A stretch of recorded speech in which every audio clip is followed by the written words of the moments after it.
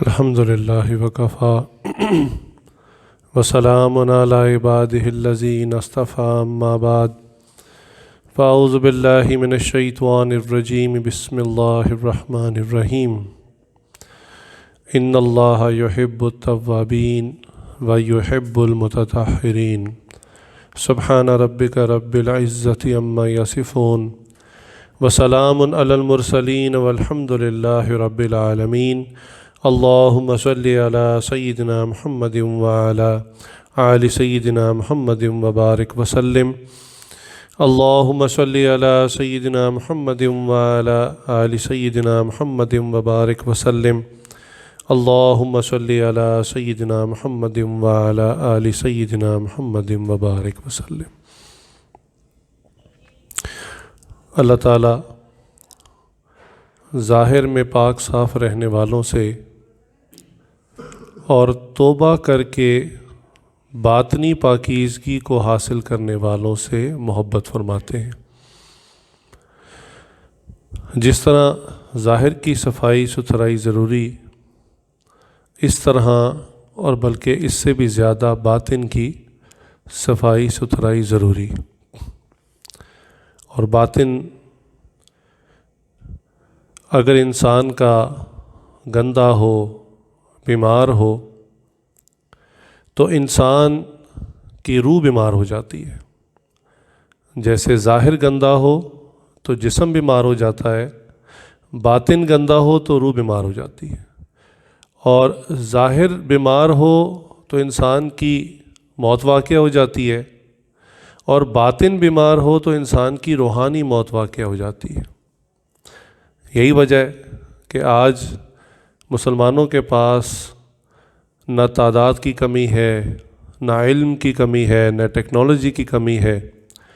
کسی بھی شعبے میں دیکھیں تو وہ کافروں سے کوئی بہت زیادہ پیچھے نہیں ہے، لیکن اگر کسی چیز کا فقدان ہے تو وہ اسی روحانی ایمانی زندگی کا فقدان ہے، کہ آج مسلمان کے پاس ظاہر میں سب کچھ ہے، ظاہر میں وہ عبادات ہیں، حج ہے، روزہ ہے، نمازیں ہیں، لیکن ان کے اندر جو روحانیت ہے، جو روحانی صفات ہیں، وہ تقریباً مفقود ہو گئیں الا ماشاء اللہ۔ چنانچہ جب انسان کوئی گناہ کرتا ہے تو گناہوں کی وجہ سے انسان کا باطن گندہ ہونا شروع ہو جاتا ہے، خراب ہونا شروع ہو جاتا ہے۔ اس کی مثال حدیث مبارکہ میں بھی دی گئی کہ جب کوئی بندہ ایک گناہ کرتا ہے اور اس گناہ کی وجہ سے اس کے قلب پر ایک سیاہ نقطہ لگ جاتا ہے، اگر وہ توبہ کر لے تو وہ نقطہ اللہ کے فضل سے مٹ جاتا ہے، لیکن اگر وہ توبہ نہ کرے اور مزید گناہ کرے تو مزید نقطے لگتے چلے جاتے ہیں، حتیٰ کہ ایک وقت آتا ہے کہ دل بالکل سیاہ ہو جاتا ہے، پھر ہدایت اور خیر کی بات بھی اس کے دل پر اثر نہیں کرتی۔ آج یہ جو نصیحت بری لگتی ہے نا، ہدایت کی بات بری لگتی ہے، یہ علامت ہے دل کے مردہ ہونے کی۔ ورنہ پہلے جب کسی سے گناہ ہو جاتا تھا تو وہ چاہتا تھا کہ مجھے کوئی خیر کی بات بتائے، سمجھائے، اور وہ سمجھتا تھا کہ میں نے غلط کیا ہے، لہٰذا جب سمجھانے والا اس کو سمجھاتا تھا تو وہ فوراً توبہ کر کے اپنے گناہوں کو دھلوا لیا کرتا تھا۔ آج تو جب بھی کسی انسان کو اس کے عیب کے بارے میں بتایا جائے تو وہ اس عیب بتانے والے کا ہی دشمن ہو جاتا ہے۔ وہ شاعر نے کہا نا، اسی کو سمجھوں ہوں دشمن جو مجھے سمجھائے ہے۔ جو سمجھاتا ہے، والد صاحب سمجھاتے ہیں وہ دشمن، والدہ سمجھاتی ہیں وہ دشمن، استاد سمجھاتا ہے وہ دشمن، پیر صاحب سمجھاتے ہیں وہ دشمن۔ تو آج نفس کی مرضی اور اپنی خواہش پر چلنا، نفس کے گھوڑے کو اتنا زوردار کر لینا کہ جو نصیحت کی بات کرے وہی برا لگنے لگ پڑے، یہ دل کے سیاہ ہونے کی علامت ہے۔ اس کے لیے توبہ ہے، توبہ استغفار کر کے وہ دل کے اوپر جو سیاہی ہے اس کو مٹانا مقصود ہوتا ہے۔ یہ جو سیاہی آ جاتی ہے نا، اس کی وجہ سے دنیاوی کاموں میں بھی مسئلہ بنتا ہے۔ مثال کے طور پہ آپ نے گھروں کے اندر دیکھا ہوگا کہ بعض اوقات گھر کے اندر پانی کی موٹر لگی ہوتی ہے اور چلتے چلتے اچانک بند ہو جاتی ہے۔ آپ کسی الیکٹریشین کو بلاتے ہیں تو وہ اسی موٹر کو 2 منٹ میں ٹھیک کر دیتا ہے۔ وہ کیسے؟ کہ وہ جہاں اس کی بجلی کی تاریں لگی ہوتی ہیں نا، جہاں کانٹیکٹ لگے ہوتے ہیں، وہ اس کو اتارتا ہے، اس کو اچھی طرح صاف کرتا ہے اور صاف کر کے دوبارہ لگا دیتا ہے تو وہ موٹر چل پڑتی ہے۔ آپ پوچھتے ہیں کہ بھی کیا مسئلہ ہوا تھا؟ تو بتاتا ہے کہ جی مستقل کانٹیکٹ ہونے کی وجہ سے وہاں کاربن آنا شروع ہو گیا، اور کاربن کی وجہ سے وہ تاریں کالی ہو گئیں، اس لیے اب کرنٹ آگے نہیں جا رہا تھا۔ موٹر بھی ٹھیک ہے، آپ کی تار بھی ٹھیک ہے، صرف درمیان میں کالک آ گئی، کاربن آ گئی، اس لیے کرنٹ آگے نہیں جا رہا۔ بالکل اسی طرح اللہ تعالیٰ ہدایت کی روشنی اور رحمتیں ہر وقت نازل فرماتے ہیں، اور دل کے اندر استعداد اور صلاحیت بھی ہے اللہ تعالیٰ کی رحمتوں کو وصول کرنے کی، لیکن درمیان میں یہ گناہوں کی کاربن آ جاتی ہے، کالک آ جاتی ہے۔ تو اس کو اگر آپ صاف کر لیں تو ہر لمحہ ہر دم انسان کا دل اللہ کی رحمت کو وصول کر سکتا ہے اور کرتا ہے۔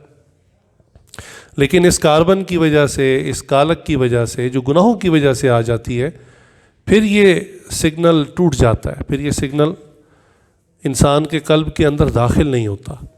اسی لیے مشائخ نے توبہ کے ذریعے اس کالک کو دور کرنے کی بہت تاکید فرمائی اور اس کے مختلف طریقے فرمائے۔ بعض اوقات ایک سادہ سا سوال انسانوں کے دماغ میں آتا ہے کہ آخر گناہ ہوتا کیا ہے؟ گناہ کیا چیز ہے؟ ایک ہے گناہوں کی اقسام، وہ تو آپ فقہ کی کتابوں میں پڑھ لیتے ہیں، مفتی صاحب سے پوچھ لیتے ہیں، وہ تو گناہوں کی اقسام، صغیرہ گناہ، کبیرہ گناہ، اور پھر ان کے آگے اقسام ہیں کہ بھی اللہ تعالیٰ کی نافرمانیاں، بندوں کی نافرمانیاں۔ مطلقاً گناہ ہوتا کیا ہے؟ گناہ کی تعریف کیا ہے؟ تو یوں سمجھیں سادہ انداز میں کہ گناہ ہر وہ کام جس کو کرنے سے اللہ تعالیٰ نے منع کر دیا، اگر انسان اس کو کر لے تو اس کو گناہ کہتے ہیں۔ سادہ انداز میں اور سادہ مثالوں کے ساتھ یہ عاجز آپ کو سمجھانے کی کوشش کرے گا کہ نافرمانی جو ہے وہ کسی بھی بڑے کی انسان نہیں کرتا، اور اگر کرتا ہے تو نقصان اٹھاتا ہے۔ چنانچہ دنیا کے اندر ہم نے دیکھا کہ باپ بیٹے کو کہہ دیتا ہے کہ بیٹا تم نے میرے گھر میں رہنا ہے تو یہ کام نہیں کرنے، مجھے یہ کام پسند نہیں ہے، لہٰذا بیٹا جو فرمانبردار ہو، سمجھدار ہو، وہ کام دوبارہ نہیں کرتا، اور بالفرض اگر وہ کام بار بار کرے تو آخری پھر کیا نتیجہ ہوتا ہے کہ باپ بیٹے کو گھر سے نکال دیتا ہے۔ یہی کر سکتا ہے نا کہ 4 دیواری جہاں اس کا قبضہ ہے، اس کا کنٹرول ہے، تو وہاں سے اس کو نکال دیتا ہے کہ تم ناقابل اصلاح ہو، بار بار میرے کہنے کے باوجود تم میری حکم کی خلاف ورزی کر رہے ہو، میں برداشت نہیں کر سکتا، لہٰذا وہ بیٹے کو نکال دیتا ہے۔ اسی طرح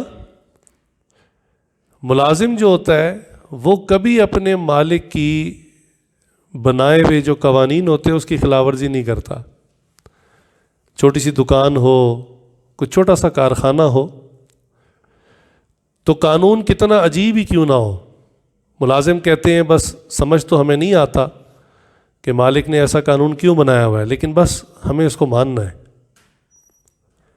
مالک کہتا ہے میں برداشت نہیں کروں گا کہ تم میری دکان میں یا میرے کارخانے کی 4 دیواری میں ہوتے ہوئے میری بات نہ مانو، یہ تو تصور ہی نہیں ہے۔ چنانچہ اس نے تنخواہ دینی ہوتی ہے مہینے بعد، اور اگر ملازم ایک دفعہ، دو دفعہ، تین دفعہ بار بار خلاف ورزی کرے تو مالک اس کو اپنے کارخانے سے، اپنے دکان سے نکال دیتا ہے. اتنا ہی کر سکتا ہے. تو گویا یہ اس کی نافرمانی ہوئی. استاد شاگرد کو منع کرتا ہے کہ بھئی کلاس میں شور نہ کرو، بد نظمی نہ کرو، مختلف باتیں اسے کہتا ہے. اور کوئی طالب علم اگر بات نہ مانے تو وہ 2-3 دفعہ وارننگ دینے کے بعد کہتا ہے تم میری کلاس سے باہر نکل جاؤ. یہی وہ کر سکتا ہے. تو یہ استاد کی نافرمانی ہوئی. شوہر اپنی بیوی کو کہتا ہے، دیکھیں ہر گھر کا اپنا ایک نظام ہے. بعض اوقات کسی لڑکی کی شادی ہوتی ہے، وہ نئے گھر میں جاتی ہے، والد کے گھر میں آزادانہ زندگی گزاری، اپنا ایک انداز تھا اس کا. لیکن اب جب خاوند کے گھر گئی تو خاوند بتاتا ہے کہ میرے گھر کے یہ اصول ہیں، تو آپ نے ان اصولوں کی پابندی کرنی ہے.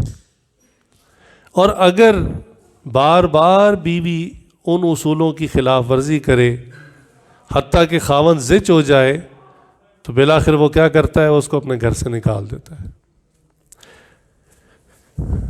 دیکھیے جس طرح یہ چھوٹی چھوٹی مثالیں ہیں، حالانکہ یہ سب انسانوں کی مثالیں ہیں کہ جہاں کسی کے پاس تھوڑا سا اختیار ہے وہ اپنے اختیار کو استعمال کرتا ہے، اپنے قوانین بناتا ہے، اور قوانین بنا کر اپنی رعایا پر لاگو کرتا ہے کہ آپ نے ان قوانین کی پاسداری کرنی ہے، ان کا خیال کرنا ہے. اور اگر آپ ان بنائے ہوئے قوانین کی خلاف ورزی کریں گے اور میری بات نہیں مانیں گے تو میں آپ کو اپنے اس علاقے سے خارج کر دوں گا، نکال دوں گا. بالکل اسی طرح اللہ تعالیٰ تو مکمل با اختیار ہے. اللہ تعالیٰ کا اختیار کسی کمرے میں، کسی کارخانے میں، کسی شہر میں، کسی ملک میں، حتیٰ کہ دنیا کے اندر تو مقید نہیں ہے. اللہ تعالیٰ کا اختیار اور اللہ تعالیٰ کی بادشاہت تو پوری کائنات میں ہے. تو اگر کائنات کے اندر کوئی بندہ اللہ تعالیٰ کے بنائے ہوئے رولز کی، اللہ تعالیٰ کے بنائے ہوئے قوانین کی خلاف ورزی کرتا ہے تو اس کو گناہ کہتے ہیں. اب گناہ کے متعلق یہ نہیں سوچنا چاہیے کہ یہ گناہ تو علماء نے لکھا ہے صغیرہ ہے، چلو کر لیتے ہیں اسے. نہیں، دیکھیے صغیرہ اور کبیرہ کی جو اصطلاحات ہیں نا، یہ علماء نے بعد میں نکالی ہیں، اور اس کو نکالنے کی کچھ وجوہات ہیں. وہ چونکہ فقہی نکتہ ہے، بات کسی اور طرف چلی جائے گی. بس یوں سمجھ لیں یہ علماء کی ایک ٹرمینالوجی کا نام ہے، ورنہ نافرمانی تو نافرمانی ہوتی ہے. والد صاحب آپ کو پانی کا ایک گلاس لانے کے لیے کہیں تو کیا خیال ہے، آپ سوچ میں پڑ جائیں گے کہ یہ والد صاحب کا بڑا حکم ہے یا چھوٹا حکم ہے. تو چھوٹا سا حکم ہے، میں نہیں مانتا. بتائیے کیا کوئی ہونہار بیٹا، کوئی فرما بردار بیٹا ایسا سوچتا ہے؟ وہ کہتا ہے نہیں، والد صاحب نے پانی مانگا ہے، بات کو وہ اہمیت سے لیتا ہے. وہ اس کو نہیں سوچتا کہ یہ حکم کتنا بڑا ہے، یہ کام کتنا بڑا ہے، چلو کوئی اور کر لے گا. نہیں، وہ کہتا ہے میرے والد نے مجھے کام کہا ہے.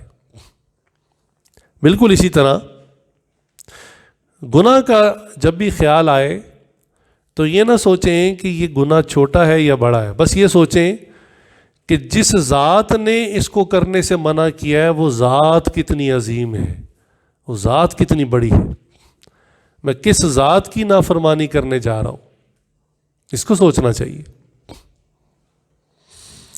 لہذا آج مختلف ملکوں نے اپنے ملک میں آنے والوں کے لیے کچھ اصول رکھے ہوتے ہیں، کچھ رولز رکھے ہوتے ہیں. مثلاً بعض ملک ویزا تب تک نہیں دیتے جب تک کہ آپ مختلف طرح کے میڈیکل ٹیسٹ کروا کے ان کی رپورٹ ساتھ اٹیچ نہ کریں. خاص طور سے ایسی بیماریاں جو وائرل ہوتی ہیں، جو ایک سے دوسرے کو لگ جاتی ہیں، وہ ایسا کیوں کرتے ہیں؟ حالانکہ ایک کاروباری آدمی ایک ہفتے کے لیے 2 ہفتے کے لیے ان کے ملک میں جانا چاہتا ہے، پھر اس نے واپس اپنے ملک میں آنا ہے، لیکن وہ اتنے ٹیسٹ مانگ لیتے ہیں. اور بعض ملکوں میں تو یہاں تک سختی ہے کہ وہ ٹیسٹ رپورٹ پہ بھی ریلائی نہیں کرتے، ایئرپورٹ کے اوپر ہی وہ مختلف ٹیسٹ کر لیتے ہیں، اور اگر وہاں پر کوئی چیز مشکوک نکل آئے تو وہیں سے واپس، ایئرپورٹ سے واپس. کیوں؟ وہ کہتے دیکھو ہمارا ایک ملک ہے، چھوٹا ہے یا بڑا اپنی جگہ، لیکن اگر کوئی بندہ کوئی بیماری، وبائی بیماری لے آئے، ایک بیماری ہوتی ہے جو انسان کی اپنی ذات تک رہتی ہے، کسی اور کو نہیں لگتی، اور ایک ہوتی ہے وائرل ڈیزیز جو منتقل بھی ہو جاتی ہے. تو ان کو ہوتا ہے کہ اگر یہ کوئی وائرس لے کے آ گیا اور یہ ہمارے شہریوں کو لگ گیا تو ہمارے شہری بیمار ہو جائیں گے. تو یہ اس ملک کا ایک قانون ہوتا ہے کہ وہ ایسے بیمار بندے کو جس کو کوئی مہلک بیماری ہو، متعدی ہو دوسرے کو لگنے والی، اس بندے کو اپنے ملک میں آنے کا ویزا نہیں دیتے. اب یہ ایک چھوٹے سے ملک کی بات ہے، بتائیے اللہ تعالیٰ نے بھی جنت بنائی ہے، جنت پاک جگہ ہے، پاکیزہ لوگوں کے رہنے کی جگہ ہے، تو اللہ تعالیٰ نے بھی اس کے انٹری ویزے کے لیے شرط رکھی ہے کہ وہاں پر کوئی روحانی بیماری والا بندہ داخل نہیں ہو سکتا.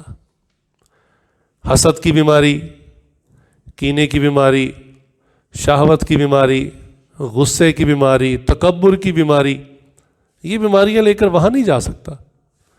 لہٰذا ان کا علاج پہلے دنیا میں ہوگا، پھر وہاں انٹری ویزا ملے گا. چنانچہ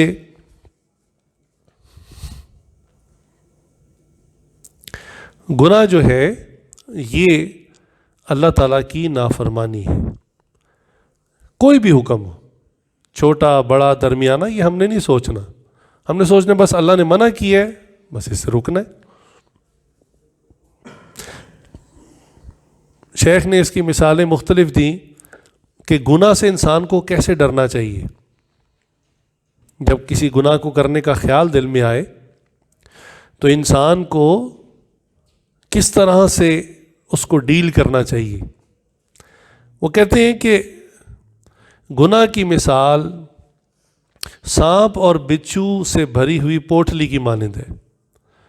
ایک ایسی پوٹلی جس کے اندر سانپ اور بچھو ہیں، جو اس کو کھولے گا وہ اس کو ڈس لیں گے اور زہر اس کے جسم میں منتقل ہو جائے گا.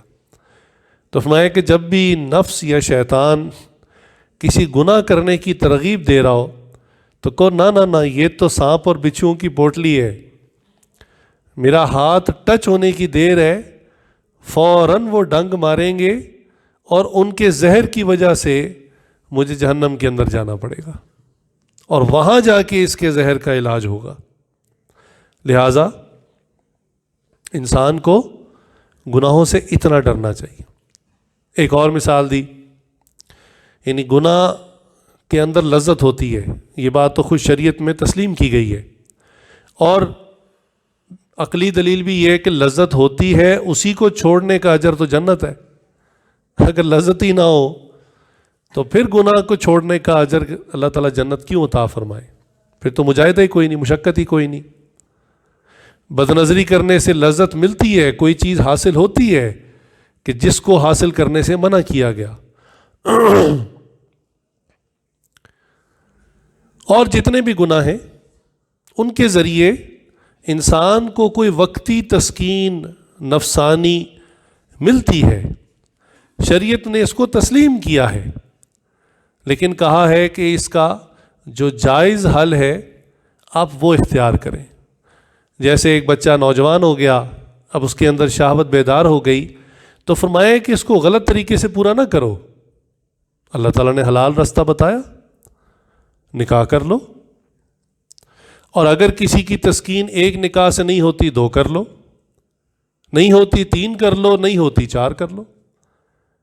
یہاں تک اجازت دے دی، لیکن گناہ کرنے کی اجازت پھر بھی نہیں دی. تاکہ وہ انسان بھی پاکیزہ رہے اور اسلامی معاشرہ بھی پاکیزہ رہے۔ چنانچہ حضرت نے فرمایا کہ گناہ جب انسان شروع میں کرتا ہے نا، تو اس کی مثال ہر گناہ کی کچے دھاگے کی مانند ہوتی ہے، کہ جیسے آپ کو کسی کچے دھاگے سے باندھ دیں، لیکن اگر آپ اس وقت ایک جھٹکے سے توڑوانا چاہیں تو توڑ سکتے ہیں، لیکن ایک اور کچے دھاگے سے باندھ دیں، ایک اور کچے دھاگے سے باندھ دیں، ہزاروں کچے دھاگوں سے آپ کو باندھ دیں، پھر آپ ہل بھی نہیں سکیں گے۔ اس کی وجہ کیا؟ کہ یہ جو موٹے رسے ہوتے ہیں نا، اگر آپ نے ان کو غور سے دیکھا ہو تو ان کے اندر باریک باریک دھاگے ہوتے ہیں جن سے مل کر وہ مضبوط رسہ بنا ہوتا ہے۔ تو گناہ کی مثال ابتدا میں کچے دھاگے کی مانند، اور اگر ان کی تعداد زیادہ ہو جائے تو پھر یہ بحری جہاز کے لنگر کی مانند مضبوط ہو جاتا ہے، جو جہاز کو ہلنے نہیں دیتا اپنی جگہ سے۔ اس لیے جب انسان سے گناہ ہو جائے فوراً انسان توبہ کرے، فوراً استغفار کرے تاکہ یہ دھاگا ٹوٹے، یا جیسے حدیث میں بتایا، جس کا میں نے اشارہ کر دیا، کہ وہ نشان انسان کے قلب سے مٹ جائے۔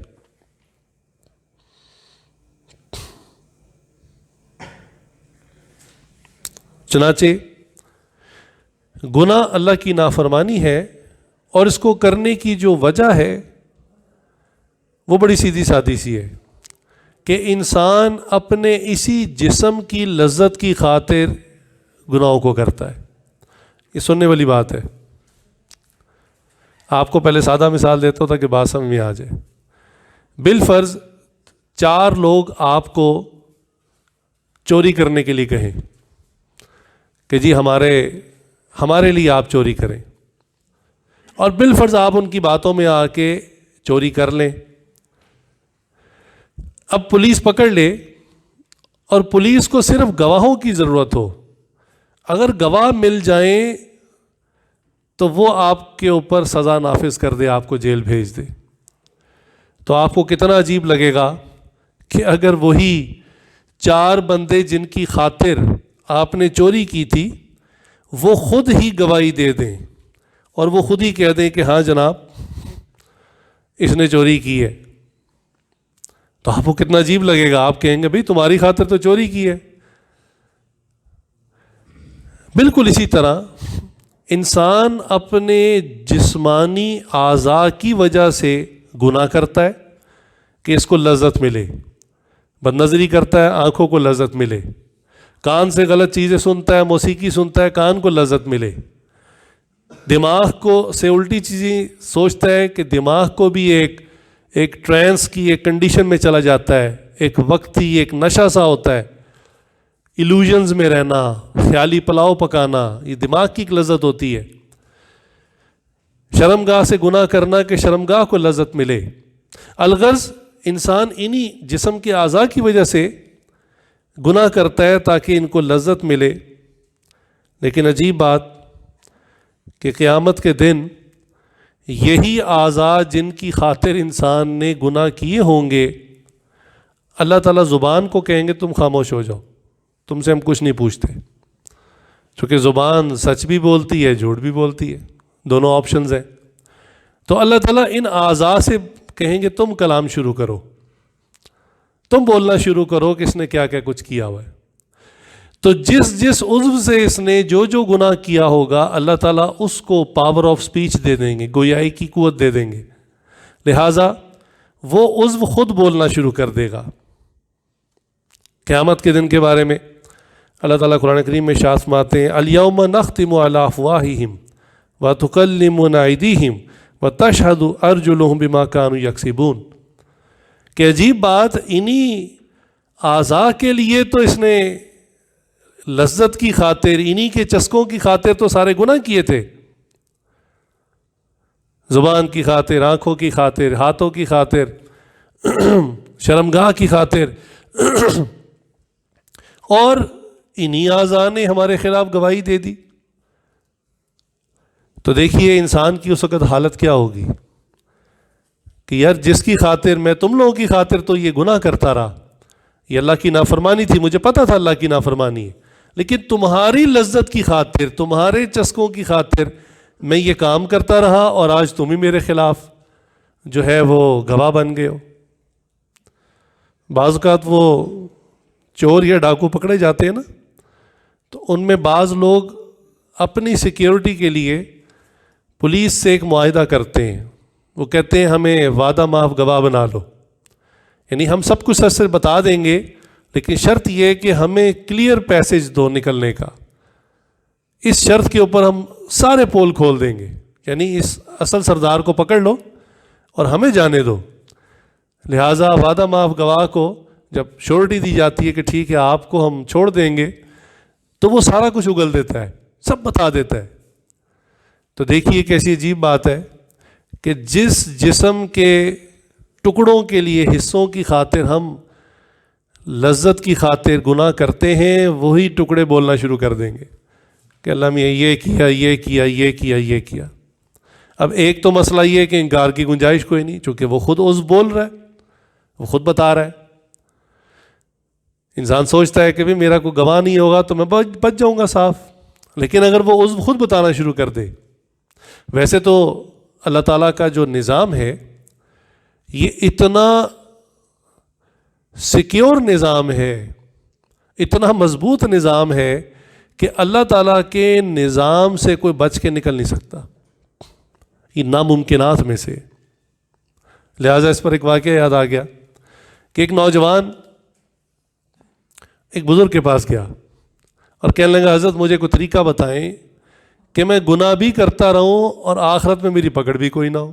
ہوتے ہیں نا کئی سائنسدان قسم کے، ہر قسم کا سوال ذہن میں آ جاتا ہے۔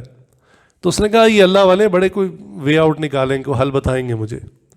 اچھا ویسے تو اس طرح کے سوال پر جوتے پڑنے چاہیے، لیکن انہوں نے کہا اس کو نا میں چونکہ بچہ ذرا کچے ذہن کا ہے، چلو میں اس کو اسی انداز پہ سمجھاتا ہوں جس سے اس کو بات سمجھ میں آ جائے۔ انہوں نے کہا کہ بھئی بالکل اس کا رستہ بالکل موجود ہے، ایسا طریقہ میں آپ کو بتا دیتا ہوں، آپ گناہ بھی کرتے رہیں اور آپ اللہ کی پکڑ سے بھی بچ جائیں۔ وہ خوش ہو گیا، اس کو امید لگی، اس نے کہا اچھا واقعی کوئی ایسا طریقہ؟ ہاں بالکل ہے۔ اس کو بتائیے۔ انہوں نے کہا ایسا کرو کہ جب تم گناہ کرتے ہو تو اللہ تعالیٰ تمہیں دیکھ لیتے ہیں، چونکہ تم اللہ تعالیٰ کے علاقے میں ہوتے ہو، تم گناہ کرنے کے لیے اللہ کا علاقہ چھوڑ کے باہر نکل جایا کرو، وہاں گناہ کر کے واپس آ جائے گا، اللہ کو پتہ ہی نہیں چلے گا۔ اب وہ کہنے لگا کہ حضرت یہ کیسے ممکن ہے، میں تو گناہ کرنے کے لیے اپنے شہر کو نہیں چھوڑ سکتا، اور یہ پوری کائنات اللہ تعالیٰ کی ملکیت ہے، میں کائنات سے باہر کہاں نکل کے گناہ کروں گا؟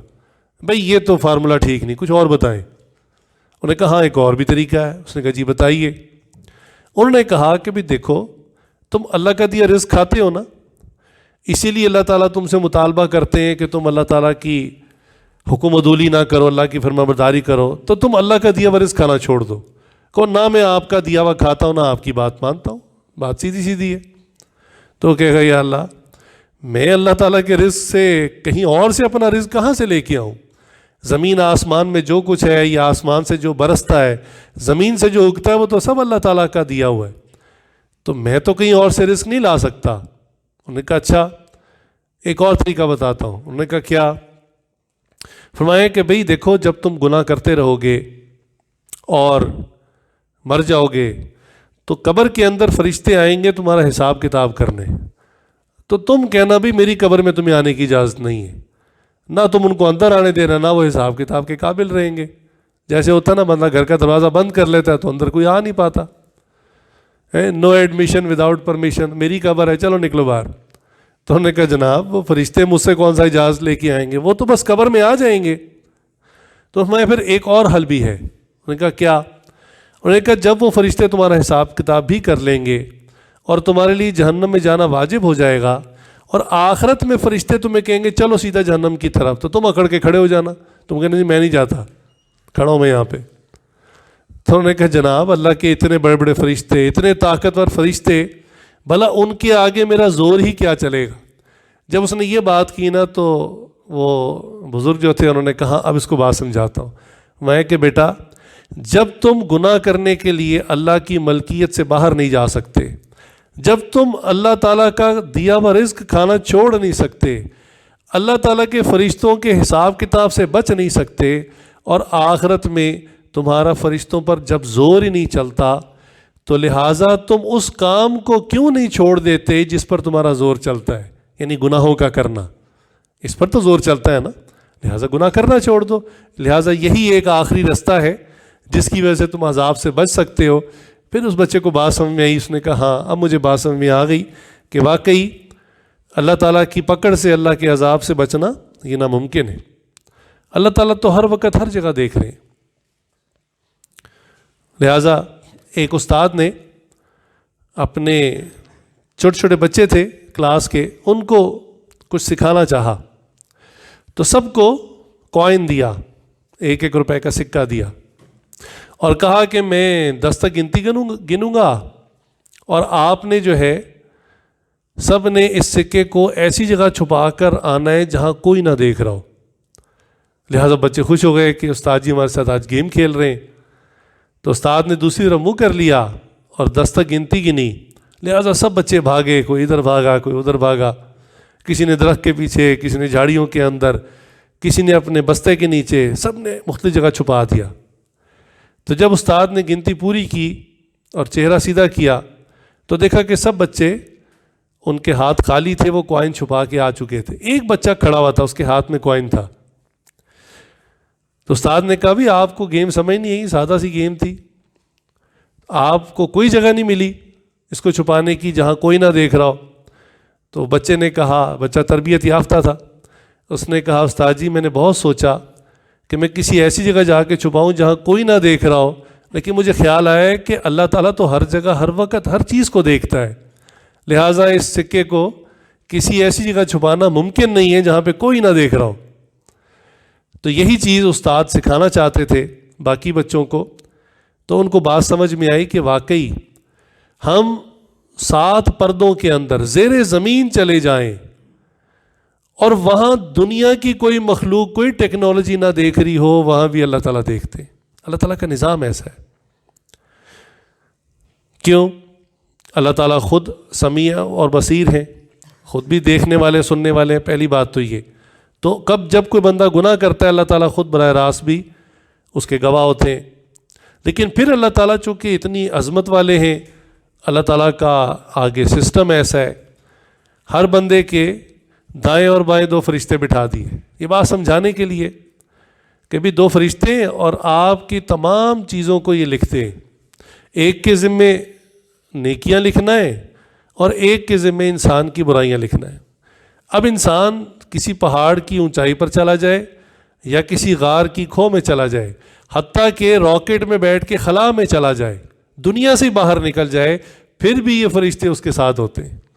لہٰذا کسی بھی جگہ پر کائنات کے کسی کونے میں بھی جا کر گناہ کرے تو یہ فرشتے اس کو لکھتے رہتے ہیں۔ حدیث میں آتا ہے کہ جب بندہ کا انتقال ہوتا ہے، جب اس کی روح قبض ہوتی ہے، تو اس وقت یہ فرشتے اپنے ان رجسٹروں کو بند کر کے، سیل کر کے، جو اعمال نامہ رکھنے کی جگہ ہے وہاں جا کے اس کو باقاعدہ دفتر میں جمع کروا کے آتے ہیں، پھر ان کی ڈیوٹی ختم ہو جاتی ہے۔ زندگی بھر آخری سانس تک یہ فرشتے ساتھ ہوتے ہیں اور ان کا کام صرف یہی ہے کہ یہ اعمال لکھتے ہیں۔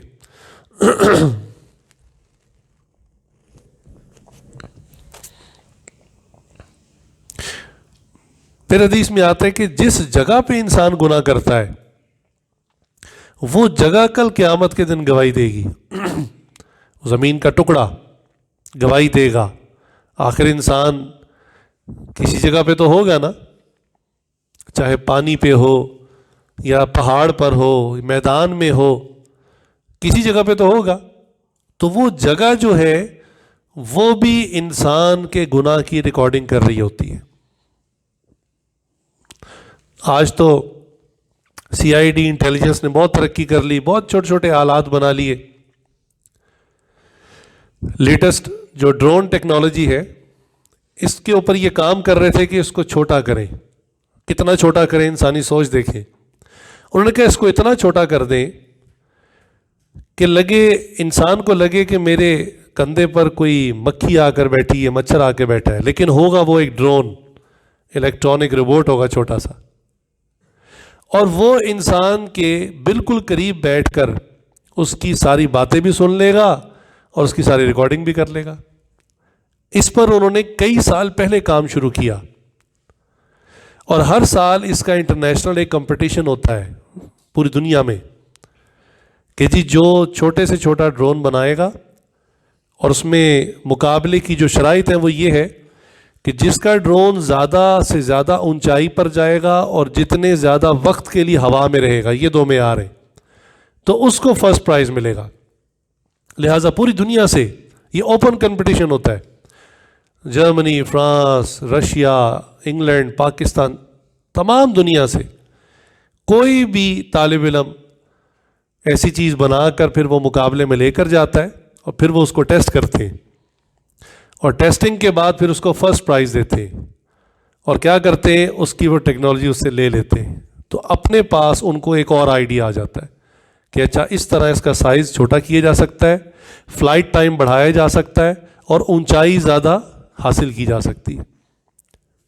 اس سے اگلا جو انہوں نے جس پہ اب کام شروع کیا ہوا ہے وہ یہ کہ اس ڈرون کو اتنا چھوٹا کر دیں کہ یہ کسی مکھی سے بھی چھوٹا ہو جائے، اتنا چھوٹا ہو جائے جیسے کوئی جراثیم ہوتا ہے، اور یہ اڑتا ہوا اس شخص کے جسم کے اندر داخل ہو جائے، کان کے ذریعے، ناک کے ذریعے، منہ کے ذریعے، اور جسم کے اندرونی حصوں میں، دماغ کے ان حصوں میں جا کر بیٹھ جائے جہاں سے ہم بندے کو کنٹرول بھی کر سکیں۔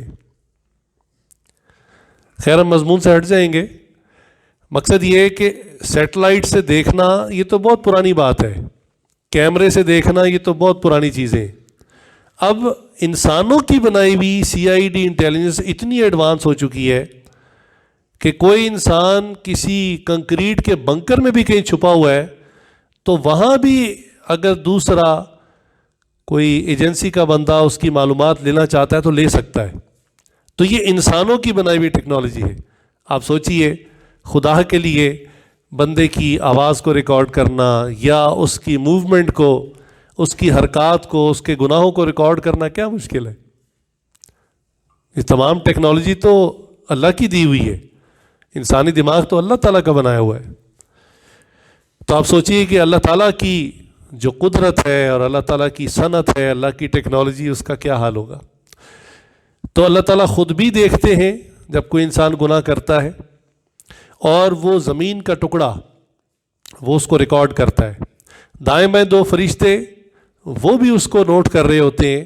پھر جو وقت ہے، ٹائم خود ایک مخلوق ہے، وقت خود ایک مخلوق ہے کہ فلاں سن، فلاں تاریخ، فلاں وقت میں انسان نے گناہ کیا، وہ ٹائم پاکٹ کے اندر ایک چیز ریکارڈنگ میں آ جاتی ہے۔ تو وقت بھی جو ہے وہ آپ کو پتہ ہے، والعصر کے اندر، سورہ عصر کے اندر اللہ تعالیٰ نے وقت کی قسم کھائی ہے، سورت کا نام ہے۔ تو یہ ایک بڑی ایک اہم چیز ہے جس کا اللہ تعالیٰ نے اس وقت تعارف کروایا ہے جس وقت انسان گھڑی سے بھی ناآشنا تھا، اس وقت اللہ نے 1400 سال پہلے اس کا تعارف کروایا۔ تو اللہ تعالیٰ کے نظام سے بچ کر، چھپ کر گناہ کرنا یہ ناممکنات میں سے ہے۔ ممکن کیا ہے؟ انسان گناہ کرنا چھوڑ دے، اللہ کی نافرمانی کرنا چھوڑ دے۔ میں اس پر اکثر یہ ایک مثال دیا کرتا ہوں جو اپنا ایک واقعہ ہے کہ آج کسی زمانے میں CCTV سیکیورٹی کیمراز کی ایک کمپنی میں کام کرتا تھا، تو وہاں پر ایک صاحب آئے اور کہنے لگے کہ مجھے بہت چھوٹا کیمرہ چاہیے۔ یہ اس زمانے کی بات ہے کہ جب کیمرے بڑے بڑے ہوتے تھے، بہت چھوٹے نہیں ہوتے تھے۔ تو اس نے کہا مجھے چھوٹا کیمرہ چاہیے، اور چاہیے بھی ایسا جس کے اندر ہی ریکارڈنگ سسٹم ہو۔ بہرحال ایک کیمرہ ہمارے پاس تھا اس وقت جس میں چند منٹ کی ریکارڈنگ ہوتی تھی، بہت لمبی اس کی میموری نہیں تھی۔ اس نے کہا میرے لیے کافی ہے۔ خیر وہ چلا گیا، ریکارڈنگ وغیرہ اس نے کی، پھر کچھ عرصے بعد آیا کچھ اور سامان لینے کے لیے۔ تو ہمارے اندر کچھ تشویش بھی تھی، ہم نے کہا خیریت ہے، آپ کا کام ہو گیا، جس مقصد کے لیے لے کے گئے تھے وہ؟ انہوں نے کہا ہاں جی ہو گیا، چور پکڑا گیا۔ تو میں نے کہا مسئلہ تھا کیا؟ اس نے کہا جی ہماری دکان ہے اور ہم نے ملازم رکھا ہوا ہے اور ہمارا اپنا گلے سے کیش کم ہو جاتا ہے. ہم نے کئی مرتبہ کئی انداز سے چیک کرنے کی کوشش کی, پکڑنے کی کوشش کی, لیکن بندہ چور پکڑا ہی نہیں جاتا تھا. لیکن ہمیں شک تھا اپنے ملازم کے اوپر, لہٰذا کہنے لگے آپ سے جب کیمرہ لے کر گئے تو ہم نے رات کو کسی وقت میں اس کو ایسی خفیہ جگہ پر لگا دیا جہاں کیش ڈراور تھا, اور اگلے دن کہنے لگے ہم نے اپنا سارا کیش گنتی کیا ہوا تھا اور ہم جان بوجھ کر کسی کام سے دائیں بائیں ہو گئے. 2 بھائی تھے اور ملازم کے سر پہ کہ ذرا دھیان رکھنا. اس نے اپنی عادت کے موافق اپنا ہاتھ دکھایا. یہ جب آئے انہوں نے کیش گنتی کیا, ان کو پتہ لگ گیا کیش کم ہے, اور الگ کمرے میں جا کے وہ کیمرے سے ریکارڈنگ بھی دیکھ لی. اب انہوں نے اس کو بلایا, انہوں نے کہا کہ بھی دیکھو تم نے جو ہے وہ کیش چرایا اور تم بڑے عرصے سے کیش چرا رہے ہو, لہٰذا جو ہے تم اس کو تسلیم کر لو. کہنے لگے وہ تو پہلے غصے سے پھٹنے لگا اور ہم پر چڑھائی کرنے لگا کہ آپ مجھ پر چوری کا الزام لگا رہے ہیں, مجھے چور سمجھ رہے ہیں, میں یہ کر دوں گا وہ کر دوں گا. انہوں نے کہتے ہیں بڑے مطمئن تھے. ہم نے کہا بھی دیکھو چوری تو تم نے کی ہے, بہتر ہے تم خود مان جاؤ. انہوں نے کہا بالکل غلط ہے, آپ ثبوت دکھائیں مجھے, ثبوت دکھائیں. بار بار کہتا تھا ثبوت دکھائیں. کہتے تھے ہم بڑے مطمئن تھے. تو کافی دیر اس کو مناتے رہے, بھی مان جاؤ چوری کی ہے, ٹھیک ہے غلطی ہو گئی انسان سے, تسلیم تو کر لو. تو وہ کہتا تھا نہیں آپ خام خواہ میری دیانتداری پہ شک کر رہے ہیں, مجھ پہ اس طرح الزام لگا رہے ہیں. تو کہنے لگے ہم نے کہا اچھا ذرا اسکرین کی طرف دیکھنا. تو کہنے لگے جب اسکرین پہ اس کو صرف چند منٹ کی وہ ویڈیو دکھائی کہ جس میں اس نے اپنی آنکھوں سے دیکھا کہ وہ کس طرح ڈراور کھولتا ہے اور کیش نکالتا ہے, کہنے لگے ایک دم خاموش ہو گیا. ابھی اتنا اوپر چڑھ رہا تھا کہ چوری کے الزام لگاتے ہو, فلاں کرتے ہو, اور ایک دم جھاگ کی طرح بیٹھ گیا, ایک لفظ بولنے کی پوزیشن میں نہیں تھا, اور اب فوراً کہنے لگا جی مجھے معاف کر دیں. تو دیکھیے انسان کے پاس ایسی ٹیکنالوجی موجود ہے کہ انسان کے اپنے کیے ہوئے حرکات و سکنات کو بطور ایویڈنس, بطور ثبوت وہ دکھا دیتا ہے, اور اس کے پاس پھر بندے کے پاس کوئی چارہ نہیں ہوتا. تو اندازہ کیجئے کہ اللہ تعالیٰ کی صنعت اور اللہ تعالیٰ کی قدرت اور اللہ کی طاقت کتنی زیادہ ہے. لہٰذا جو نقطہ سمجھانا چاہ رہا ہوں وہ یہ کہ کتنی ہی کامیابی سے 7 پردوں میں چھپ کر بھی گناہ کر لیں وہ اللہ تعالیٰ کے علم میں آ جاتا ہے. لہٰذا گناہ کرنا ہی چھوڑ دیں, اور اگر خدا نخواستہ گناہ ہو جائے تو فوراً توبہ استغفار کر کے اس کو دھو ڈالیں, اللہ سے معافی مانگیں. یہ تو ہمیں پتہ نہیں چلے گا کہ کب دھلے گا, لہٰذا معافی مانگتے چلے جائیں, بار بار معافی مانگتے رہیں, اور اپنے گزشتہ کیے ہوئے گناہوں کی بھی مسلسل معافی مانگتے رہیں. عام طور پہ انسان گناہ تب کرتا ہے جب اس کو گناہ کا پورا چانس مل جاتا ہے. جب 4 بندے دیکھ رہے ہوں تو کوئی بندہ چوری نہیں کرتا, جب آس پاس لوگ پھر رہے ہوں تو کوئی بندہ بدکاری نہیں کرتا, شراب نہیں پیتا, اس کو پتہ ہے کہ لوگ دیکھ رہے ہیں. حتیٰ کہ گناہ کرنے کے لیے لوگ کمرہ بند کرتے ہیں, کھڑکی کے پردے آگے کرتے ہیں, کوئی چھوٹا سا بچہ بھی دیکھ لے تب بھی انسان جو ہے وہ رک جاتا ہے, ڈر جاتا ہے کہ یہ کسی کو بتا دے گا, شور کرے گا. لیکن یہی انسان کے امتحان کا وقت ہوتا ہے کہ جب انسان کو گناہ کرنے کا پورا موقع مل جائے, پورا چانس مل جائے, اور پھر وہ صرف اور صرف اللہ تعالیٰ کے خوف سے یا اللہ کی محبت سے اس گناہ سے رک جائے. یہی انسان کا روحانی ٹیسٹ ہے, روحانی امتحان. یاد رکھیے انسان گناہ سے صرف اسی وجہ سے بچتا ہے, یہ جو میں نے 2 چیزیں آپ کو عرض کی, یا اللہ تعالیٰ کا خوف ہو یا اللہ تعالیٰ کی محبت اتنی غالب ہو. یہ دونوں صفات ہمیں بچپن سے اپنے گھر میں ملتی ہیں. ماں سے پیار محبت بہت ہوتا ہے اور والد کا خوف بہت ہوتا ہے, اس لیے بچہ سیدھے راستے پہ رہتا ہے. ماں کی بات محبت کی وجہ سے مانتا ہے, باپ کی بات خوف کی وجہ سے مانتا ہے. نبی صلی اللہ علیہ وسلم کو بھی قرآن کریم نے بشیرا و نذیرا کا لقب دیا کہ آپ بشارتیں دیتے ہیں، خوشخبریاں سناتے ہیں جنت کی، اور جہنم کی وعیدیں سنا کر ڈراتے بھی ہیں۔ تو یہ پلس اور مائنس آپ کو پتہ دنیا میں جہاں ہو تو پھر کرنٹ فلو ہوتا ہے، پھر کام چلتا ہے۔ تو یہ دونوں کیفیات جب بندے کے دل میں ہو کہ اللہ کا خوف بھی ہو اور اللہ کی شدید محبت بھی ہو، تو انسان گناہ سے رک جاتا ہے تنہائی کے اندر، چونکہ امتحان ہوتا ہی تنہائی میں۔ ایک شخص جو ہے وہ اڈا پلاٹ پہ کھڑا ہو اور ہزاروں لوگ دیکھنے والے ہیں، کہتے دیکھو جی میں نے کوئی گناہ نہیں کیا، تو جناب آپ کو گناہ کا موقع ہی نہیں ملا۔ آپ کا ایمان کا ٹیسٹ، آپ کا اللہ کی محبت کا ٹیسٹ تب ہوگا جب آپ کو تنہائی ملے گی اور گناہ کا موقع ملے گا، پھر دیکھا جائے گا کہ آپ کتنا اللہ سے ڈرتے ہیں یا اللہ سے کتنی محبت کرتے ہیں۔ لہٰذا یہ بر صغیر کی بات ہے کہ جب انڈیا پاکستان اکٹھا تھا، ہندو مسلمان اکٹھے رہتے تھے، لیکن بہرحال دو قومیں تھیں، نظریات الگ، دین الگ، علاقائی رسم و رواج الگ، ہر چیز الگ، درمیان لڑائی ہوتی اور وہ لڑائی بڑی خونخوار ہوتی تھی، پورے محلے کے محلے آپس میں ٹکرا جاتے۔ چنانچہ ایک جوان العمر لڑکی اپنے گھر سے، اس کی والدہ نے کہا کہ بیٹا یہ کوئی چیز ہے جیسے گھروں میں بنتی ہیں، تو تم یہ اپنی ہماری جو فلاں رشتہ دار ہے 2-3 گلیاں پیچھے اپنے محلے میں تم یہ وہاں دے آؤ۔ تو وہ بچی گھر سے نکلی وہ چیز پکڑانے کے لیے، تو جب ایک گلی میں وہ داخل ہوئی تو اس نے کیا دیکھا کہ اس گلی میں سامنے سے ہندوؤں کا پورا ریلا آ رہا ہے، ان کے ہاتھ میں ڈنڈے، چاقو، چھریاں، اور وہ نعرے لگاتے آ رہے ہیں مسلمانوں کے خلاف۔ اب اس نے تو دیکھا کہ بھی یہ تو خطرہ ہے آگے، یہ واپس مڑی جانے کے لیے، تو دیکھا گلی کے دوسری طرف سے مسلمان اسی طرح کے ہتھیار ہاتھ میں اٹھائے ہندوؤں سے لڑنے کے لیے آ رہے ہیں۔ اب یہ درمیان میں کھڑی ہے، گلی کے ایک طرف سے ہندو آ رہے ہیں، ایک طرف سے مسلمان آ رہا ہے، اس کے پاس جانے کا کوئی راستہ نہیں ہے، اس کو پتہ ہے ابھی لڑائی شروع ہوگی اور میں بلا وجہ ماری جاؤں گی۔ لہٰذا اس نے دائیں بائیں نظر دوڑائی تو اس کو ایک دروازہ نظر آیا، اس نے بغیر سوچے سمجھے وہ دروازہ کھولا، یہ اندر گئی اور اس نے اندر جا کے فوراً کنڈی لگا لی کہ میری جان بچ جائے، اور باہر قتل و غارت اور شور شرابہ شروع ہو گیا۔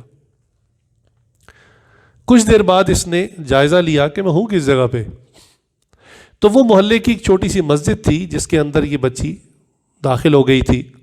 اس نے دیکھا کہ اس مسجد کے اندر ایک نوجوان ہے جو ایک کونے میں بیٹھ کے قرآن مجید کی تلاوت کر رہا ہے۔ بجلی اس زمانے میں ہوتی نہیں تھی، تو اس نے اپنے قریب ایک روشنی کے لیے موم بتی یا دیا جلایا ہوا تھا، اس کی روشنی میں وہ قرآن کی تلاوت کر رہا تھا۔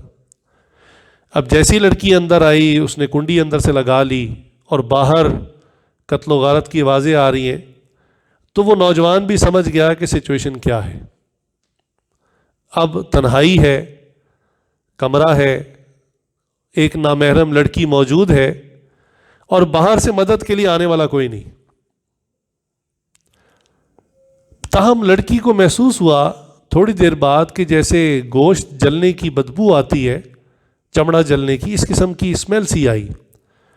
اس نے جب دیکھا کہ وہ نوجوان جو ہے اس نے اپنا ہاتھ اس آگ کے اوپر رکھ دیا ہوا ہے اور وہ آگ جو ہے اس کی کھال کو جلا رہی ہے۔ کچھ دیر رکھا، جب اس کی برداشت سے باہر ہو گیا اس نے اپنا ہاتھ پیچھے کر لیا اور پھر قرآن پڑھنا شروع کر دیا۔ اور کچھ دیر بعد پھر ایسا ہوا کہ اس نے اپنا ہاتھ آگ کے اوپر کر دیا اور جب برداشت سے باہر ہو گیا تو پھر ہٹا لیا۔ اب لڑکی حیران ہے کہ باہر ایک الگ معاملہ چل رہا تھا، اندر ایک اور نیا معاملہ شروع ہو گیا، سمجھ تو اس کو نہ آئی۔ خیر جب باہر خاموشی ہو گئی اس کو اندازہ ہو گیا کہ معاملہ اب ٹھنڈا ہو چکا، اس نے کنڈی کھولی اور وہ اپنے گھر پہنچ گئی۔ گھر جا کر اس نے یہ ساری بات اپنے والد کو بتائی، تو والد جو ہے بعد میں اگلے دن صورتحال کا جائزہ لینے کے لیے آیا، تو دیکھا ایک محلے کی چھوٹی سی مسجد ہے اور وہاں ایک نوجوان رہتا ہے کہ جس کا آگے پیچھے کوئی نہیں، بس وہ مسجد میں ہی رہتا ہے، کہیں سے کچھ مل جاتا ہے تو کھا لیتا ہے۔ تو اس نے اس نوجوان سے جا کے ملاقات کی اور اس کو کہا، اس کو بتایا، تعارف کروایا کہ وہ جو لڑکی تھی میں اس کا والد ہوں۔ تو وہ بچی نے ایک عجیب سی بات بتائی ہے جو ہم میں سے کسی کو سمجھ نہیں ہے کہ تم اپنا ہاتھ خود کیوں جلا رہے تھے؟ تو بہت اصرار کے بعد اس نوجوان نے کہا کہ چونکہ تنہائی تھی، گناہ کا پورا موقع تھا اور باہر سے بھی کسی نے بچانے کے لیے نہیں آنا تھا، لہٰذا میرے نفس نے مجھ پر وار کیا، مجھے ڈنگ مارا کہ تم اس تنہائی کا فائدہ اٹھاؤ اور لڑکی کے ساتھ گناہ کر لو، کسی کو پتہ بھی نہیں چلے گا۔ تو کہنے لگا کہ میں نے فوراً اپنے نفس کو متوجہ کیا کہ دیکھو یہ خدا کا گھر ہے، مسجد ہے، اور اگر تم یہ کام کرو گے جو کہ خود گناہ ہے، اور گناہ مسجد کے اندر کئی گنا بڑھ جاتا ہے، یہ ایسا ہی جیسے ایک شخص اپنے گھر میں کونے میں کہیں چھپ کر شراب پیتا ہے، یہ بھی غلط، لیکن ایک بندہ مسجد میں آ کے شراب پی لے تو سوچئے بے شرمی کی، بے غیرتی کی انتہا کہاں تک پہنچ جاتی ہے۔ تو اس نے کہا میں نے اپنے نفس کو سمجھانا شروع کیا کہ یہ حرکت ویسے ہی گناہ ہے اور مسجد کے اندر اس کا سوچو بھی نہ۔ لیکن کہنے لگے کہ جب میرے نفس نے مجھ پر بہت زور کیا تو میں نے اس کی تربیت اور اصلاح اس طرح کی، میں نے کہا اچھا اگر تم یہ گناہ کرنا چاہتے ہو تو یاد رکھو کہ اس کے بعد تمہیں جہنم کی آگ میں جلنا پڑے گا، اور جہنم کی آگ کیسی ہوگی؟ وہ تو بہت شدید ہوگی۔ میں پہلے تمہیں دنیا کی آگ چکھاتا ہوں، اگر اس کو برداشت کر لیا تو پھر تمہارے مطالبے پر غور کریں گے۔ لہٰذا کہنے لگے میں نے جلتی آگ پر اپنا ہاتھ کر دیا اور چند سیکنڈ میں ہی میرے نفس نے چیخنا شروع کر دیا کہ نہیں بس بس بس ٹھیک ہے، چھوڑ دو، میں اپنا مطالبہ ختم کرتا ہوں۔ تو کہنے لگے تھوڑا سا ماس جلا، لیکن میں نے اپنا ہاتھ پیچھے کر لیا۔ لیکن پھر کچھ دیر بعد میرے نفس نے مجھے اکسایا کہ گناہ کا موقع ہے، چانس ہاتھ سے نکل جائے گا۔ میں نے کہا لے تو چکھ دوبارہ آگ۔ کہنے لگے پھر میں نے اپنا ہاتھ آگ کے اوپر کر دیا، اور اسی طرح وہ سارا وقت میں اپنے ہاتھ کو جلاتا تھا اور پیچھے ہٹاتا تھا۔ سبحان اللہ۔ واقعے کا اختتام پھر یہ ہے کہ وہ والد نے اسی لڑکی کے ساتھ اس نوجوان کا نکاح کر دیا، ویسے بھی وہ لاوارث تھا، اور اس کو مال اسباب بھی مل گیا، اور وہی لڑکی جس کے ساتھ وہ گناہ کا ارادہ کرنا چاہ رہا تھا، اس کا نفس اس کو گناہ پہ اکسا رہا تھا، وہ اس کو جائز اور حلال طریقے سے بیوی کے طور پر مستقل مل گئی۔ تو یہ بات عرض کی تھی شروع میں بھی کہ اللہ تعالیٰ نے جتنے بھی یعنی یہ جن چیزوں سے منع فرمایا ہے ان کا متبادل ہمیں دیا ہوا ہے، بس کہا ہے کہ یہ ایک کام نہ کرنا، باقی اس کے حلال راستے بہت۔ چنانچہ ایک نوجوان کو اگر شہوت تنگ کرے تو وہ ایک نکاح کرے، دوسرا کرے، تیسرا کرے، چوتھا کرے۔ کسی شخص کو شراب پینے کی حاجت ہے تو واحد شراب حرام کی، اس کے علاوہ دنیا میں اربوں کھربوں ایسے مشروبات ہیں اللہ نے حلال رکھے، فرمایا وہ پیو۔ اتنے جوسز ہیں، اتنے ڈرنکس ہیں، پینے کی اتنی چیزیں ہیں، فرمایا وہ سب پیو، سب حلال ہے، فقط ایک شراب کو میں نے حرام کر دیا۔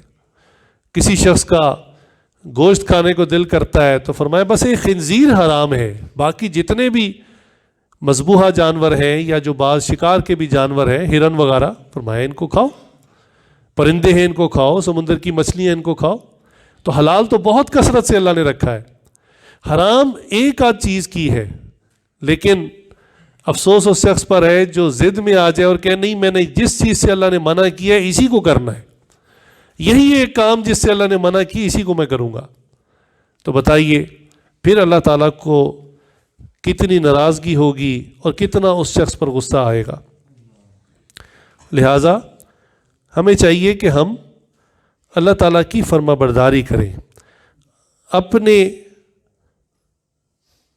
جسم کے اعضاء کی ایسی حفاظت کریں کہ تنہائی میں ہونے کے باوجود، گناہ کا 100% موقع ملنے کے باوجود گناہ نہ کریں، اور اصل امتحان بھی یہی ہے۔ چنانچہ اگر کوئی اندھا کہے کہ جناب میں نے تو کبھی زندگی میں بد نظری نہیں کی، میں نے تو کسی دوشیزہ کو نہیں دیکھا، تو کہیں گے جناب آپ کے لیے کوئی اجر نہیں، آپ تو دیکھ سکتے ہی نہیں ہیں۔ اجر اس کے لیے جو دیکھ سکتا ہے، جس کی آنکھیں ٹھیک ہیں، اور پھر وہ اللہ کے خوف کی وجہ سے یا اللہ کی محبت کی وجہ سے اپنی آنکھوں کو نیچا کر لے، اس کے لیے اجر ہے۔ آپ تو گناہ کر سکتے ہی نہیں ہیں۔ چنانچہ انسان کو گناہ کا موقع ملے پھر گناہ نہ کرے، یہ ہے اصل چیز۔ انسان کو اپنے نفس کو اتنا قابو کرنا چاہیے کہ تنہائی کے اندر گناہ کے موقع کے وقت جب وہ اس پر زور کرنا چاہے تو انسان اس کو پکڑ لے اور وہ کہے کہ میں تجھے ہلنے نہیں دوں گا۔ اور یقین جانیے بعض اوقات ایسی انسان کی صورتحال ہو جاتی ہے کہ گناہ کرنا آسان ہوتا ہے، گناہ سے بچنا مشکل ہوتا ہے۔ لہٰذا یہ بعض اوقات بڑے بڑے جو سرکاری افسران ہیں ان کو رشوت آفر ہوتی ہے اور ساتھ ہی دھمکی بھی ملتی ہے کہ ہماری اس فائل پر سائن کر دیں تو اتنے فضائل، اتنے لاکھ ملیں گے، اور اگر آپ نے سائن سے انکار کیا تو ہم آپ کو نقصان پہنچائیں گے یا آپ کے بچوں کو نقصان پہنچائیں گے۔ لہٰذا انسان بعض اوقات ایسی صورتحال میں آ جاتا ہے، وہ مخالف پارٹی اتنی مضبوط ہوتی ہے، اتنی اسٹرانگ ہوتی ہے کہ انکار کرنا انتہائی مشکل اور اقرار کر کے رشوت لے کر جان چھڑانا آسان۔ بعض کا انسان ایسی سچویشن میں آ جاتا ہے، تو اس وقت میں بھی یہ انسان اگر ڈٹا رہے اور حق پر قائم رہے تو یہ بڑے اجر کی بات ہے۔ چنانچہ حضرت اقدس تھانوی رحمۃ اللہ نے فرمایا تھا نا کہ بھی مجھے یہ جو ایسے لوگ ہیں جن کو گناہوں کی اور رشوتوں کی آفر ہوتی ہے اور یہ اپنی سیٹ پر بیٹھے بیٹھے اس کا انکار کر دیتے ہیں، فرماتے اللہ ہی جانتے ہیں کہ ہماری نماز روزوں کا اجر زیادہ ہے یا ان کا اس رشوتوں کا انکار کرنے کا اجر زیادہ ہے۔ تو یہ بہت بڑی بات ہوتی ہے کہ انسان ایسی صورتحال میں آ جائے کہ گناہ کرنا آسان ہو، گناہ سے بچنا مشکل ہو، پھر بھی انسان بچ جائے۔ چنانچہ بس یہ آخری واقعہ سنا کر بات ختم کرتا ہوں۔ حضرت شاہ عبد العزیز رحمۃ اللہ کے ایک شاگرد تھے، نوجوان تھے، طالب علم تھے، تو یہ حضرت سے پڑھنے کے لیے مدرسے جایا کرتے تھے خوب شکل، اچھا رنگ تھا اور اللہ نے شکل بھی اچھی دی تھی۔ تو یہ جس آبادی سے، جس محلے سے ہو کر جاتے تھے، اس میں ایک خاتون کا، ایک عورت کا گھر تھا جو ان کو آتے جاتے کھڑکی سے دیکھتی تھی اور اس کی برائی کی نیت تھی۔ چنانچہ ایک دن یہ سبق کے لیے اسی طرح جا رہے تھے کہ اس نے اپنی خادمہ کو تیار کیا ہوا تھا، لہٰذا خادمہ نے اچانک دروازہ کھولا اور وہ باہر آئی اور ان کو کہنے لگی کہ بھئی اندر ایک شخص مر رہا ہے، آخری سانسیں، تو کوئی نیک شخص اس کو کلمہ پڑھا دے۔ اب یہ سب اتنی اچانک ہوا اور اس کی آواز بھی ایسی ڈرامائی تھی کہ وہ نوجوان سمجھ نہ سکا۔ اس نے کہا بھی ایسی نازک سچویشن ہے کہ واقعی اگر کوئی بندہ مر رہا ہے اور یہ گھر کی عورت ہے، پریشان ہے، تو چلو میں چل کے کلمہ پڑھا دیتا ہوں۔ تو وہ نوجوان اس طرح اندر داخل ہو گیا۔ جب اندر داخل ہوا تو پیچھے خادمہ نے باہر سے دروازہ بند کر دیا، اور جب یہ اندر گیا تو دیکھا کہ وہ مالکن سج دھج کے سامنے بیٹھی ہوئی ہے، اور اس نے اپنا مطالبہ کر دیا کہ بھی میں تو بڑے عرصے سے تم پر نظریں جمائے بیٹھی ہوں اور آج اس بہانے سے تمہیں اندر بلا لیا، اب میرا مطالبہ پورا کرو۔ اور ساتھ ہی وہ صورتحال کہ اگر تم نے میرا مطالبہ پورا نہ کیا تو یاد رکھو تم میرے گھر کے اندر ہو، میں شور مچاؤں گی، سارا محلہ اکٹھا ہو جائے گا، تمہیں ذلت اور بدنامی ملے گی اور لوگ تمہیں ماریں گے، پیٹیں گے، ہو سکتا ہے تمہیں جان سے جان ہاتھ دھونا پڑے، لہٰذا میرا مطالبہ پورا کر دو، کسی کو کانو کان خبر بھی نہیں ہوگی۔ اب یہ نوجوان سوچنے لگا کہ میں مدرسے کا طالب علم ہوں، میں تو اللہ سیکھنے والا ہوں، یہ میں کس صورتحال میں پھنس گیا؟ اگر انکار کرتا ہوں تو عزت بھی جاتی ہے، ہو سکتا ہے جان بھی چلی جائے، اور اگر اقرار کرتا ہوں تو روحانی موت واقع ہو جاتی ہے۔ سوچ میں پڑ گئے، پریشان ہو گئے، نکلنے کا راستہ کوئی نہیں، دروازہ بند ہے، اور وہ سامنے سج دھج کے بیٹھی ہے، گناہ کی دعوت دے رہی ہے، کیا کروں؟ لیکن وہ کہتے ہیں نا کہ جو بندہ متقی ہو نا، جس کے اپنے اندر تقویٰ ہو، جس کے اپنے اندر گناہ سے بچنے کی خواہش ہو اللہ تعالیٰ اس کے لیے کوئی نہ کوئی مخرج نکال دیتے ہیں، کوئی راستہ نکال دیتے ہیں۔ تو جو پہلے ہی گھر سے سج دھج کے نکلے گناہ کی تلاش میں کہ مجھے بھی کوئی آفر کر دے، مجھے بھی کوئی گھر کے اندر بلا لے، تو بتائیے اسے پھر کون بچائے؟ آج کل نوجوان تیار ہو کر نکلتے ہیں گھر سے اس نیت سے کہ ہم بڑے پیارے پیارے لگے ہیں اور ہمیں بھی کوئی پسند کر لے گناہ کے لیے۔ استغفر اللہ، یہ آج کل کے نوجوانوں کی سوچ ہوتی ہے۔ میرے حضرت نے تو اتنی سخت بات کہی، وہ فرماتے ہیں کہ جیسے شکاری کتا ہر جھاڑی کو سونگھتا ہے کہ مجھے کہیں شکار ملے اور میں چیر پھاڑ کر دوں، فرمائے آج کا نوجوان تیار ہو کر گھر سے ایسے نکلتا ہے کہ مجھے گناہ کا موقع ملے اور میں ہاتھ سے جانے نہ دوں۔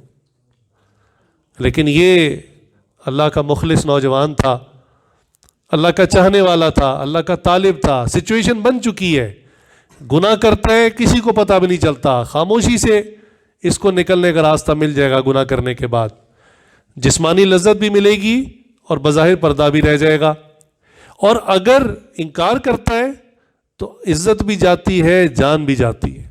اللہ اکبر کبیرہ۔ اسی لیے قرآن میں کہا نا کہ شیطان کا جو فتنہ ہے اور جو مکر ہے وہ کانا ضعیفہ، اس کو بڑا کمزور کہا، اور ان کیدکن عظیم۔ ہاں، عورت کا فتنہ بہت شدید ہوتا ہے، بہت بڑا ہوتا ہے، قرآن نے اس کو کہا۔ تو اب یہ عورت کے فتنے میں پھنس چکا، اب اندر آنے کی غلطی تو ہو گئی نا، لیکن اب سمجھ نہیں آ رہا کیا کرے۔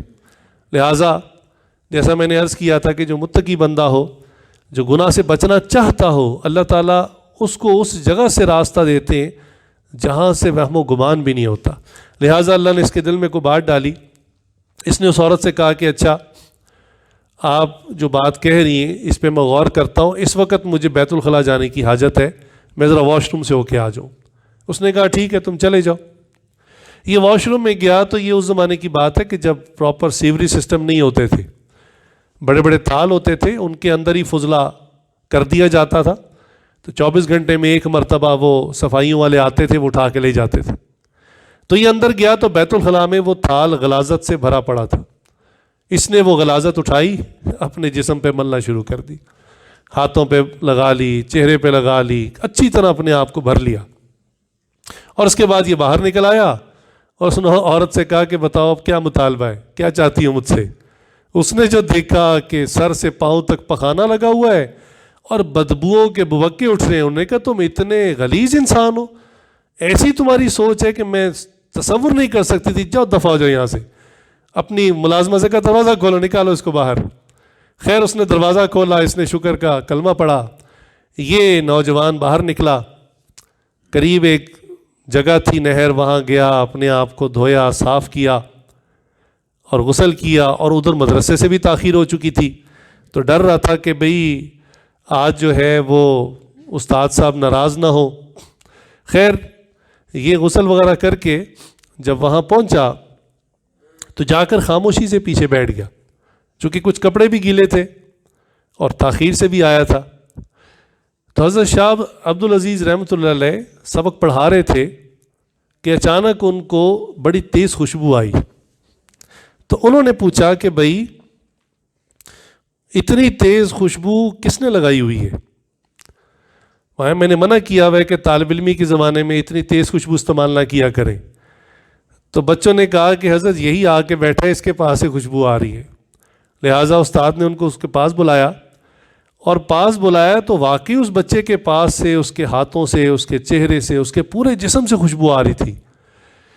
تو استاد نے پوچھا کہ بتاؤ بھائی تم نے اتنا تیز عطر کیوں لگایا ہے، اتنی تیز خوشبو کیوں لگائی ہے؟ تو اس نوجوان نے رونا شروع کر دیا۔ اس نے کہا کہ حضرت میں نے تو اپنے ایمان کو بچانے کے لیے اپنے جسم پر غلاظت ملی تھی، میرے اللہ نے اس غلاظت کا بدلہ یہ دیا کہ میرے جسم سے خوشبو کو جاری کر دیا۔ ان کا نام حضرت خواجہ مشکی رحمۃ اللہ علیہ پڑ گیا، انتقال تک ان کے نام کے ساتھ لقب کے طور پر مشکی لگ گیا، مشک کی خوشبو آتی تھی ان کے پاس سے۔ تو دیکھیے گناہ کا موقع مل جائے، تنہائی مل جائے اور گناہ کر سکتا ہو بندہ، پھر گناہ نہ کرے تو اللہ تعالیٰ بھی کتنی قدر کرتے ہیں، بجائے اس کے کہ آج یہ سوچو کہ مجھے گناہ کا موقع ملتا کیوں نہیں، مجھے گناہ کے آلات ملتے کیوں نہیں، مجھے گناہ کے مواقع ملتے کیوں نہیں، یہ سوچ ہونے کے بجائے یہ سوچ ہو کہ خدا نہ خواستہ کبھی میں ایسی صورتحال میں پھنس جاؤں کہ مجھے گناہ کے آلات بھی مل جائیں، گناہ کا موقع بھی مل جائے، لیکن پھر بھی میں اللہ کی محبت میں، اللہ کے خوف سے اس گناہ کو نہ کروں، اپنے اعضاء کو بچا لوں جو کل قیامت کے دن خود میرے خلاف گواہ بن جائیں گے اور میرے خلاف گواہی دیں گے۔ اس لیے اللہ تعالیٰ سے دعا ہے، اللہ تعالیٰ ہم سب کو اپنی نافرمانی کرنے سے ہم سب کی حفاظت فرمائے، اللہ تعالیٰ ہمیں اتنا مضبوط ایمان عطا فرمائے، اپنے نفس کے اوپر اتنا کنٹرول عطا فرمائے کہ ہمیں تنہائی مل بھی جائے تب بھی ہم اللہ کے خوف کی وجہ سے گناہ نہ کریں۔ وآخر دعوانا الحمد للہ رب العالمین۔